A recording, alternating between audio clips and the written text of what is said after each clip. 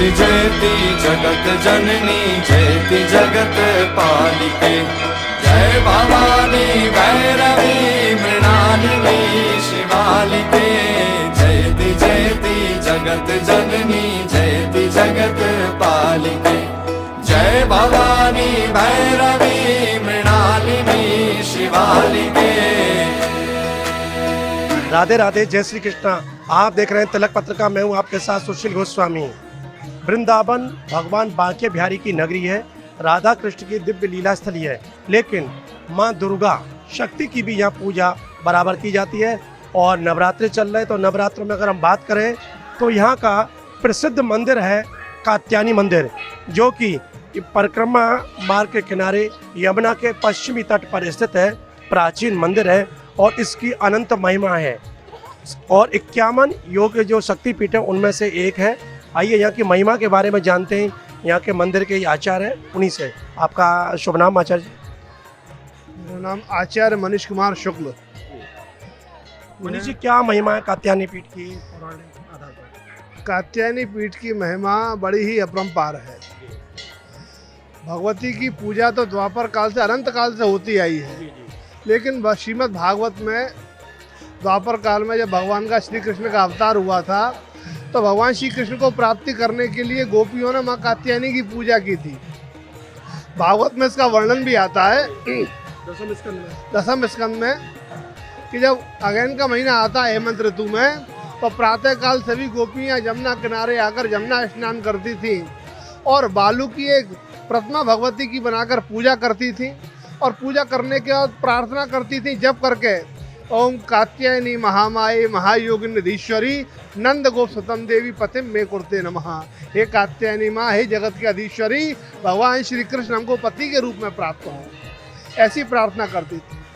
तो भगवती की कृपा से उनको भगवान श्री कृष्ण की प्राप्ति हुई। तो वो ही परंपरा चली आ रही है। जिस भी कन्या के विवाह में विलम्ब होता है या मन चाह रहा वर पाने की इच्छा होती है, तो वो सभी कन्या यहाँ आकर भगवती से प्रार्थना करती हैं। यहाँ के और जो नवरात्रियों में क्या धार्मिक आयोजन होते हैं, जो मुख्य यहाँ के कार्यक्रम है?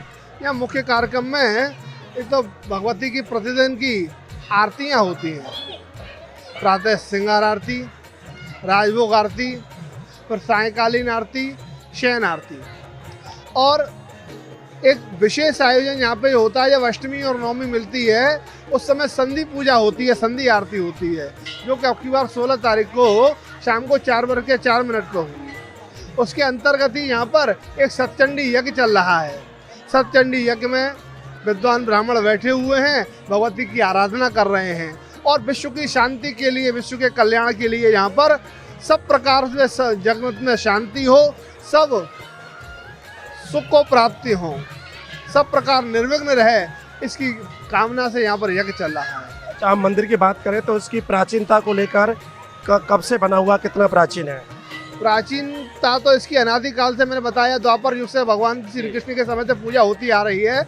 लेकिन इस मंदिर का जो निर्माण कराया है, जीर्णोद्धार का निर्माण ही कराया था उस समय, तो केशवानंद जी महाराज से आज से 101 वर्ष पूर्व केशवानंद जी महाराज ने सन 1923 में माघी पूर्णिमा के दिन इस मंदिर की स्थापना की थी, भगवती की प्रतिष्ठा की थी। तब से अनवरत यहाँ पर ये पूजा चलती चली आ रही है।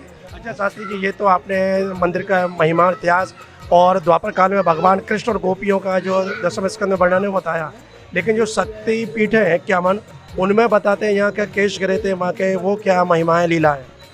भगवान शंकर जी अब सती को लेकर चले थे, तो जगह जगह पर उनके कोई ना कोई अंग गिरे थे।